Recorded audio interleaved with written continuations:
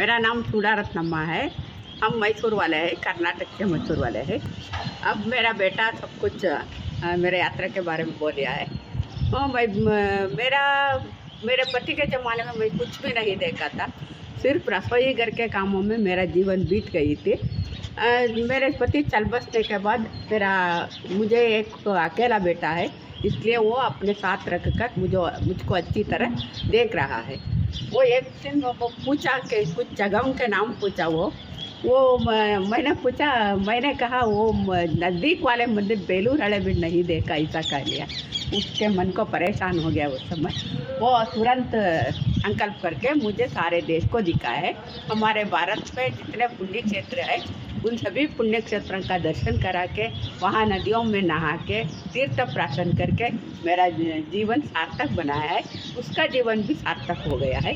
जन्म दिए गए माता पिताओं का ऋण चुकाना ही मुख्य है। ये आदर्श को वो मान लिया है और समझ लिया है। समझकर मेरा सेवा के लिए आगे बढ़ रहा है। मेरा बेटा बहुत होशियार लड़का है। पहले बचपन से ही मेरा कष्ट को वो आंखों से देख रहा था, इसलिए जीते रहते समय अम्मा जी के सब कुछ दिखाना, अम्मा जी को सेवा करना, ऐसा चाहकर मुझे सारे देश को दिखाया है। दिखाते समय बच्चों की तरह ऊपर उठाकर मंदिर को दिखाया है, भगवान को दिखाया है। ये गाड़ी में बैठकर मुझे कोई तकलीफ नहीं होता, आराम से बैठूं।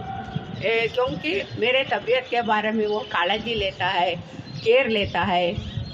मेरे सभी कामों में हाथ बांटता है, सहयोग देता है। सब कुछ काम को वो ही करता है, मुझसे नहीं करवाता जी। पहले मुझे खिलाकर वो बाद में वो खाता है, ऐसा बेटा है। इस ज़माने में ऐसा पुत्र मिलना बहुत मुश्किल है। मुझे मिलना मेरा सौभाग्य समझती हूँ। आजकल बेटे लोग माता पिताओं को वृद्धाश्रम भेजते हैं ना, आपको भी मालूम है। मेरा बेटा ऐसा नहीं किया।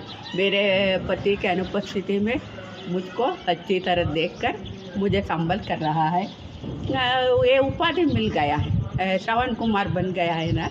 ये उपाधि संघ संस्था वो देश के लोग दिए हैं। ये उपाधि मेरे बेटे को एक को मिलना चाहिए, ऐसा अरमान नहीं हमको। हम ऐसा स्वार्थी नहीं। सभी घरों में रहने वाले बेटे को ये उपाधि मिलना चाहिए। सभी बेटे अपने माता पिताओं को अच्छी तरह देकर अपने साथ रखकर अलग नहीं बनाना, साथ रखकर बुढ़ापे में अच्छी तरह देखना, ऐसा हमारा अरमान है, हमारा संदेश भी है। मेरा नाम कृष्ण कुमार है। मेरी मातेश्वरी का नाम श्रीमती चूड़ा रत्ना। हम मैसूर वाले हो। ये मातृ सेवा संकल्प यात्रा है। ये पहले हम एकता कुटुंब में थे, 10 लोग था हमारा संयुक्त परिवार में। उस समय में मेरी मातेश्वरी सवेरे से रात तक पूरा घर का काम, रसोई पकाना, कपड़ा धोना, बर्तन साफ करना, ज़मीन पहुंचना, इसी कामों में समय बीत गई, बाहर का विहार ही नहीं। So life going on like that. 2015 में मेरे पिताजी स्वर्गवासी हो गया। उस समय में मैं बेंगलोर में काम करता था। I was working as a corporate team leader in Bangalore. मेरी माताजी को मैसूर से लेकर बेंगलोर में एक से एक दिन बातों बात करने का समय में, वार्तालाप करने का समय में मैं पूछा, माँ आप तिरुवन्नामलाई, तिरुकोयलूर, तिरुवारंगम, तिरुनेलवेली, तिरुपट्टूर, तिरुवनंतपुरम, तिरुपति कुछ देखे? मेरी मातेश्वरी ने कहा, मैं यहाँ नज़दीक वाले बेलूर हड़ेबीड मंदिर भी नहीं देखा बेटा। उसी समय में मुझको परेशान हो गया। मेरी माताजी का चेहरे का ऊपर निराश भाव आया। उस देखकर मुझको बहुत परेशान हो गया, संकट हो गया। उसी समय में मैं मेरी माताजी को, माँ आप चिंता मत कीजिए, आपको बेलूर हड़ेबीड एक ही नहीं सारे भारत आपको दिखाता है। ये संकल्प करने के बाद हम जनवरी 14 2018 में जॉब को रिज़ाइन करके जनवरी 16 2018 में ये मातृ सेवा संकल्प यात्रा शुरू किया मैसूर से।